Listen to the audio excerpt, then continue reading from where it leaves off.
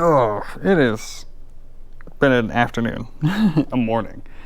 Hi, it's Sunday morning, and I'm doing a builder vlog. There we go. A Team Freaking Awesome builder blog, an update on 3-pound robot here named Offbeat that's going to be built primarily for competing here in Vegas. Thank you, Martin Mason, for pointing that out. And but is competing in 2 weeks. Oh boy, less than 2 weeks. At Norwalk Havoc's January New Year New Robots event. More information about that in the link in the description below. If you want to support the robot, again, description below. So let's talk about what's been done on the robot in the week since the last video. Until I got the plow here painted. I got that painted red, and I have my backup plow painted red as well. This is actually the one that was on the robot for the longest time that was painted orange, and this is the one that was completely unpainted. I took this one and painted it first, then took this one off to paint this one and put this one back on. I also still have our weapon spinner on. We have our top plate on. We've got our send, cut, send order of top plates. I'm having issues with these top plates. And it's not an issue with send, cut, send. It's an issue on my end with the paint. I want to paint these black, but I also have to put our sponsor, Malice, sticker on here. And the Malice sticker is black. It'd be actually, I think it'd be cool. Bunny, if you're listening, if this had like a chrome outline. Just saying. So this on an all black top plate, you're just gonna see the chrome bits and it's not gonna look good. So what I wanted to do is I wanted to paint it black, then paint it with this red just where the sticker was gonna be. And the problem is I bought really cheap red spray paint because I didn't care. I don't normally use red, so I was like, well, I guess I'll buy the cheapest I can find. It's chemically incompatible with the black that I'm using, and it keeps melting the black.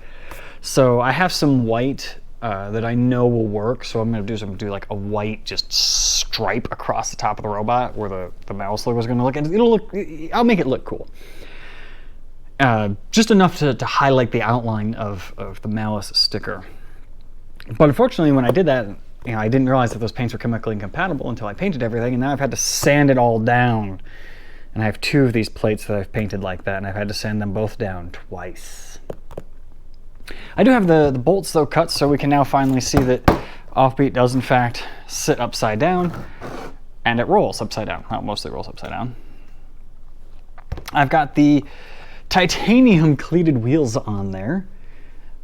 Again, send, cut, send order parts. They are painted red because I wanted to paint it red. I have some spring steel ones that should be here later this week, and the plan is to run titanium on the inside portion of the wheel, because there's 2 rows, and the spring steel on the outside. And the idea is the outside's most likely going to get hit. The spring steel will bounce back. The titanium will be a little stronger, so I want the titanium in there. And I have all of the screws in here. Also, the thing that Malice was supporting Team Freaking Awesome, which is myself, Robert, and Price, is with some 3D printed components. They're on here. They are these new wheels. It's hard to tell, but these are the new wheels here on the front. I'm running the TPU on the back, again, because I know the back wheels are going to get hit. They're pretty well exposed, but the front wheels are pretty well guarded. They got these side plates and this front plate, so I think we'll be fine there. So I'm running the Onyx wheels up front and the TP wheels on the back. I'm really heavily debating through some of the drive tests, which I do have some video. It was shot with my phone, so sorry about the quality being absolute hot garbage. It was also dark and raining. So I have some test video that I'll edit in right about here.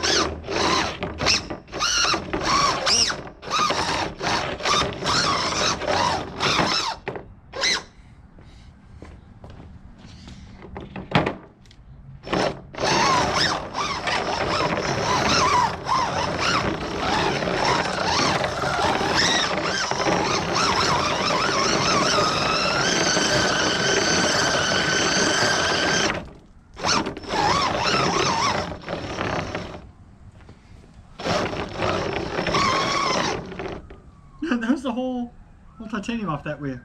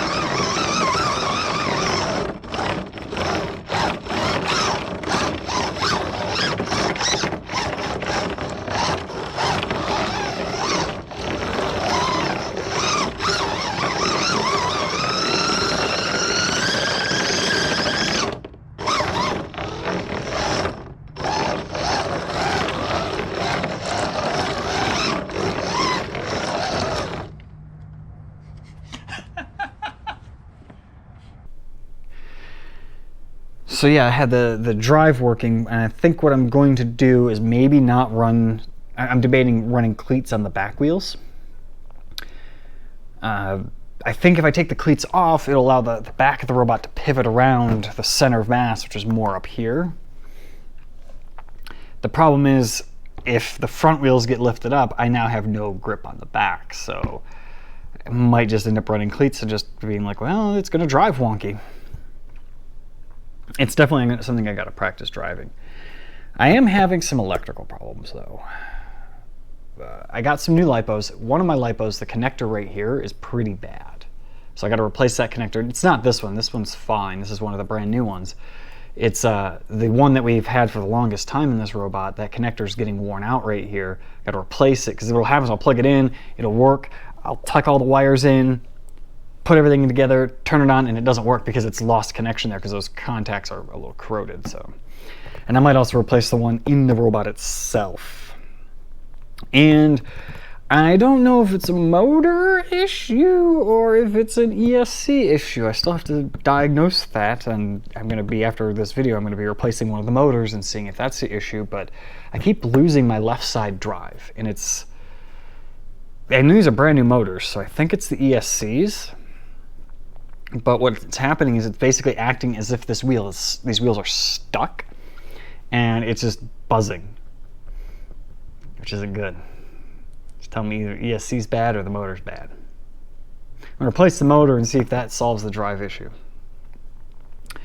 Other than that, there's not a whole lot else. Like I said, I got the nuts too for the top plates. You can see I got those in there.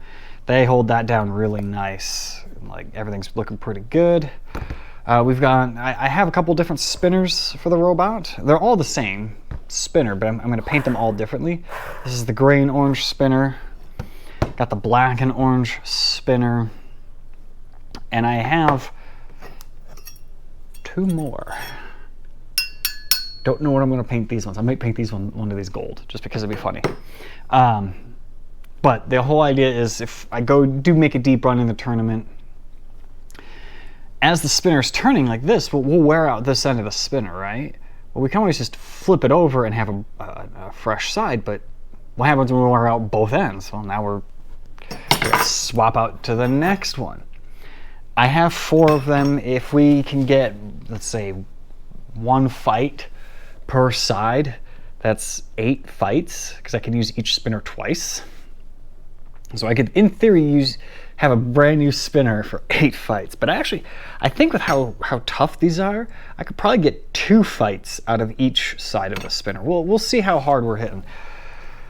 It's getting pretty up there in terms of number of robots and scariness. Like, there's definitely some anxiety, panic attacks happening. Oh, no help. And I am talking to my therapist about it, so there is that. You know what's nice about the magnetic wheels, right? Here's one of the magnetic wheels. There's no sharp edges to cut yourself on. These titanium wheels, I have pricked and poked and cut myself so many times with these wheels. What I think I'm going to have to do is I'm going to have to come up with some sort of like cover that just covers the whole side of Offbeat. There's like 2 blocks of foam that sit here. So when we're carrying it around, you know, I don't have sharp edges. Oh, that's one thing too I want to talk about. I want to talk about the safety of this robot. There are a lot of steps that I take to make sure that this robot is handled in a mostly safe manner when it's not in the box. Right now, it's like you might be sitting there saying, you don't have a weapon lock in there. Well, part of my weapon lockout system to prevent the weapon from spinning is the belt, which isn't on here. This is the motor. If the robot were to power on and the motor were to go to full speed, the weapon cannot spin.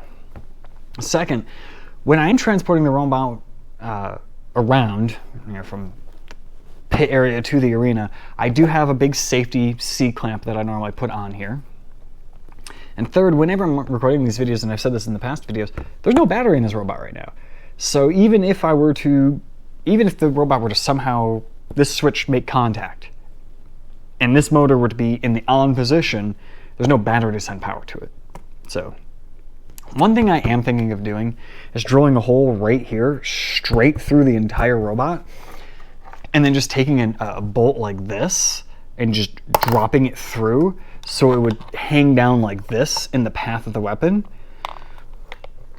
Like right through there like that. I'm thinking of doing that just because that C-clamp is cool and heavy and big, cool and big, but then it's kind of a pain in the butt to tilt the robot up to put the clamp on. And I've also noticed with this more flexible frame, it's not really holding.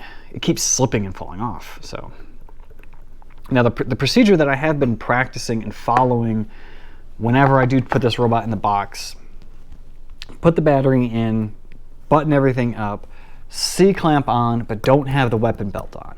Get the robot to the box, put the robot in the box, put the belt on, power the robot on. Well, actually power the transmitter on, then power the robot on. You know, the belt's already on, so my fingers aren't going to be in here.